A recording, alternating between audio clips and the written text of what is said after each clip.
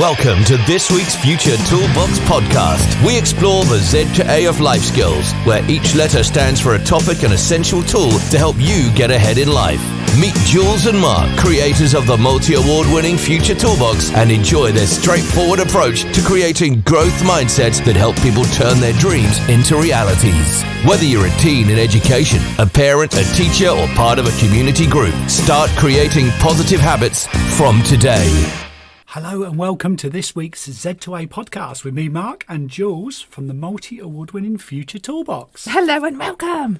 Now, this is where we pick a letter and a topic and we discuss how you can use our tools to improve your own personal development and life. And I'm excited because I get excited about lots of things, don't I? But what is this week's letter? Well, this week we have chosen the letter Y, not to ask why, but it stands for yesterday. Now, we are now going to sing you the most amazing favourite song of mine from the Beatles, Yesterday. Well, yesterday, all my troubles seem so far away, that one. What an amazing song. I know. I was thinking of Yesterday Once More by the Carpenters. Oh, another great tune. Yes. How many Yesterday songs can we drop into the opening bit of this podcast episode? But Yesterday is a great song by the Beatles because he says, yesterday, all my troubles seem so far away, but now they're here to stay. That's quite sad, really, isn't it? It is, and we're going to chat about that a little bit and what you do with what has happened in the past and how that can affect you, but also can help you. So going back to that wonderful saying that I was taught by my lovely dad when I was younger, that you live your life forward, but you learn it backwards. And as I've mentioned before, I didn't quite understand that to start with, but it is absolutely true. And this is how we can learn from the past. It's all very good to say, don't worry about what happened yesterday. Your future starts now. But you can look to what had happened yesterday or last week or 6 months ago and learn from that experience and use that now to help you move forward. Yeah, it's a great way of looking at it, really. Obviously, we're a big fan of reflective processes and looking back and learning from the things that we did really, really well, but also learning from the things that we maybe didn't do so well. And also big advocates of journaling, because obviously you can buy lots of journals on our website. There was a shameless plug as always there, wasn't there? How to bullet journal and your 5-minute daily journal on there. But sometimes that journaling and looking back and thinking, wow, I achieved that. But sometimes it's not always about the last few days. Something popped up on my Facebook timeline of something we were doing exactly a year ago. And when you sometimes see things like that, you think that was a really great memory. So that can push you forward. Great example is I've just done a race this morning. I did the 13k ridge run on the north of the island of Lanzarote, and it was absolutely stunning. It's a really tough race. But I looked at my time from last year and I thought it was quite tough because I hadn't trained in the conditions over here, with it being a little bit hotter, the air being a little bit clearer, being by the sea, believe it or not, is a bit harder. And also the trail's different here. But I looked at the time that I did last year and I thought, you know what, I think I can beat that. And yes, I did it. I beat it by 4 minutes because I know that reflectively, I've trained more actually by living here on the island. I've trained more on the trails here. I've got used to the breathing. I've got used to the fact that it's 25 degrees today here and not so much of that weather in England. So yeah, reflection is a really, really good thing. So maybe your Facebook timeline photos or whatever can be great. And writing in your bullet journal or your 5-minute daily journal can be good too. Yeah, I totally agree. I love journaling and I love going back and reading what I've written months ago. It giving you back that memory of what you were actually doing. And you can see sometimes how much you've progressed in that time that you don't actually think that you have. But you can see that if you journal, it's an absolutely fantastic tool to help you at that moment to write down what happened, how you felt, whether it went okay, whether it wasn't your finest hour.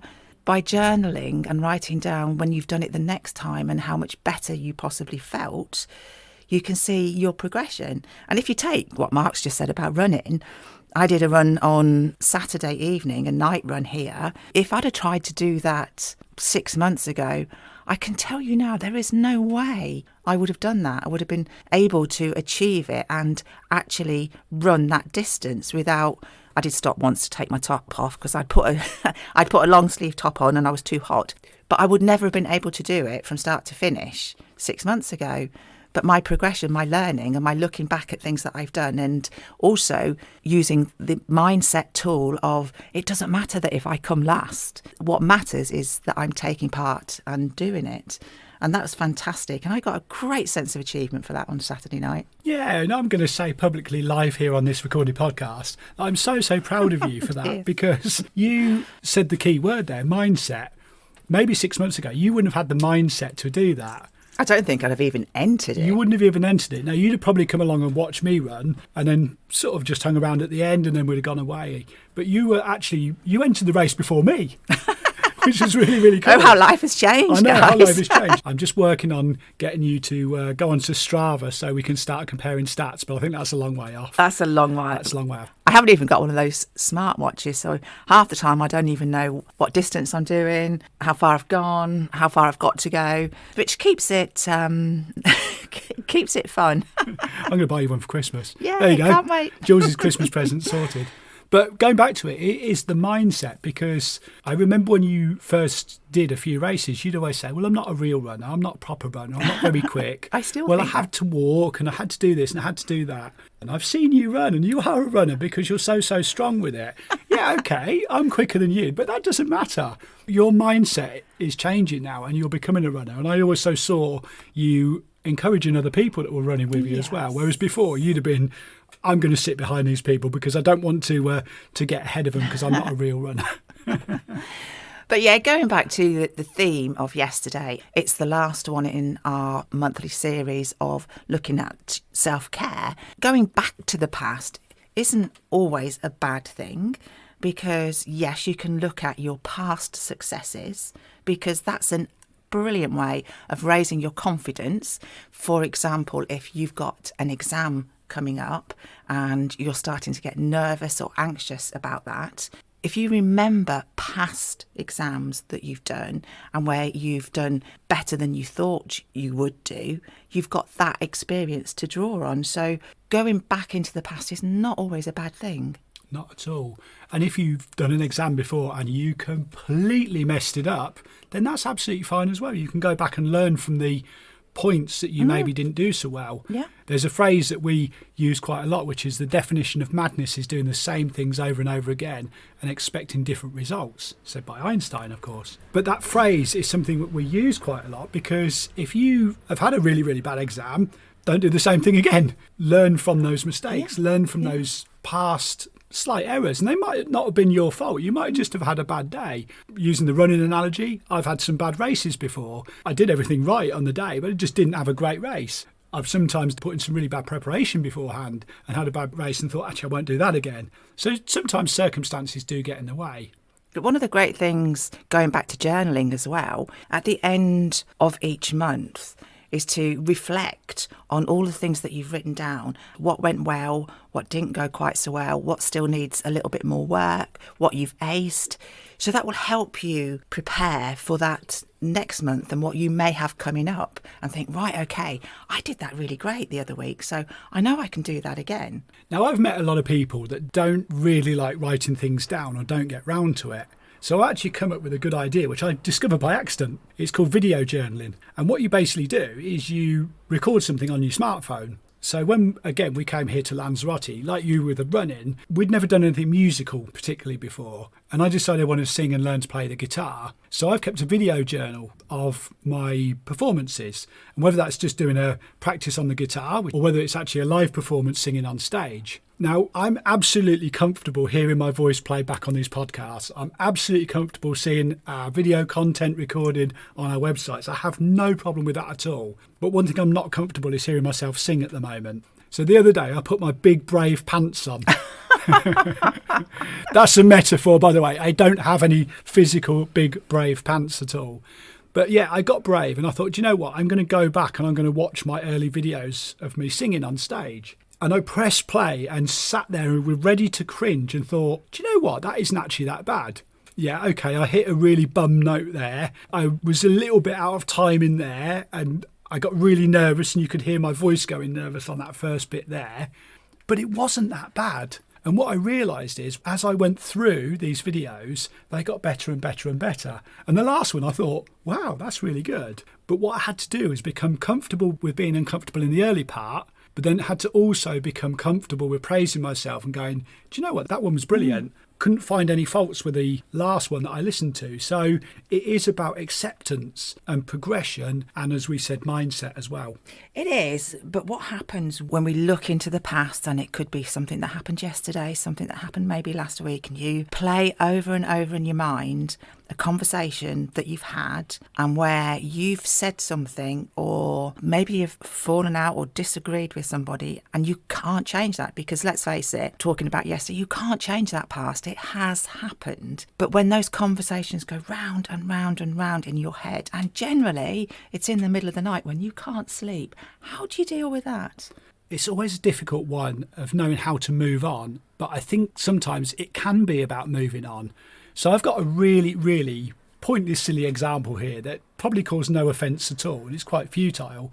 But a few weeks ago, I met a guy and I said, oh, hi, what's your name? It's really nice to meet you. And he went, oh, my name is, and I've met you 4 times already. And I felt really, really small at that point, thinking, oh my goodness, I've forgotten him. I've completely offended him. Now, there's 2 things there. I've met him in a completely different place, and also I forget people through the side effects of my brain injury. So I felt totally, totally embarrassed. The next time I saw the guy, I remembered who he was, but I still felt this embarrassment inside. But I had to let it go because I don't think that he actually remembered. But when it's something really, really big that's keeping you awake at night, how do we get over that? How do we get back off to sleep and just put that to one side? Well, there's different things that you can do. For me, whenever something is just going round in my mind, I actually get up. I find getting up out of bed and maybe going and doing something, like having a glass of water, might just pick a book up for 10 or 15 minutes, trying to distract my mind from that situation that's playing around in my head. I could do a crossword for a few minutes because that's, again, throwing my mind and my thoughts completely off of that particular chapter that I don't want. Yeah, the good old distraction technique. Yeah, that's a really good one. Like you, I'm with you on that as well. I think that just by moving from the place you're in to somewhere else can have a really, really powerful effect. Even if you don't get out of bed, sometimes I'll try and distract my mind by thinking of doing something that I really, really love doing. It can be something like me flying a jet plane. I've done that before. What that would be like to be sat there and actually, I don't think I'd be able to fly it, but be a passenger in there. I've done a simulation, but sometimes things like that, or just going for a beautiful walk, but trying to distract your brain. If you've had a bad experience that day and you're worrying about it before going to bed, again, there's ways that you can try and help your mind to calm down before you go to bed, so you hopefully don't get distracted and have a bad night's sleep. Yeah, so I guess if you're really stressed out before going to bed, watching a real hardcore drama on TV is probably not going to help, or going on social media and reading the mainstream news or reading loads of negativity isn't going to help. Turn it around and doing something nice, like reading a nice book, as you was just mentioned a minute ago, doing a crossword, maybe chatting with your partner or somebody about a really nice memory or something that you've done or you've got planned coming up. Yeah. Another good thing is make your room like a little sanctuary and very calm and very soothing, no bright lights. And then maybe do some deep breathing before going to sleep, just to help to close your mind down so you don't start focusing back on something that's happened through that day. Great one. The good old breathing techniques, they're fantastic. Mindfulness. If you're a person who keeps your journal, then there's the time to journal your gratitude and put in there what's really, really good and what's been your big win of the day. Oh, that's a good one. Do your gratitude journal, because the last thing that you'll be thinking about is something great that's happened and not possibly the thing that you're worrying might keep you awake. So do your gratitude journal. The past is the past. You can't change it. Dwelling on it isn't going to help. But yes, there are some great things that you can look into the past and learn from. But by putting the past behind you, embracing the power of now and focusing on your personal growth, you can create that future, or your future self, or that you want to be. So remember, when it's done, it's done. Let's learn, let's grow, and let's move on. Yeah, some great tools there, some great advice. So yesterday was in the past is gone. And if you've never been on our website, you don't have to regret it, because you can look forward to the future. And as soon as you finish this podcast, go to our website and find some great tools. It's futuretoolbox.co.uk. I'm also going to do a little Christmas plug, because Christmas is just around the corner, also in our future. We have some great gifts on our shop. Now, Black Friday is gone. We didn't do any Black Friday sales because it's such great value. So go to our shop or hop on Amazon and find a copy of our bullet journal, our 5-minute daily journal, or even a copy of Don't Get Your Neck Tattooed, or one of our various books that we've written on our website.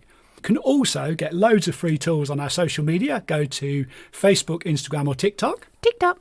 We're on YouTube as well, and you can find us on LinkedIn, because we are everywhere. We are absolutely everywhere. And continuing with the theme of looking forward, we look forward to catching you next week for another episode. Take care. Have a great week. Bye for now. Thank you for joining us for the Z2A of Life Skills with Jules and Mark of the Future Toolbox. Don't forget to head over to their website, which is futuretoolbox.co.uk, where you can find lots of free resources, plus a host of books in the store, as well as subscribing to the membership site. Follow Future Toolbox Instagram, TikTok and Facebook at Future Toolbox, and subscribe to their YouTube channel too.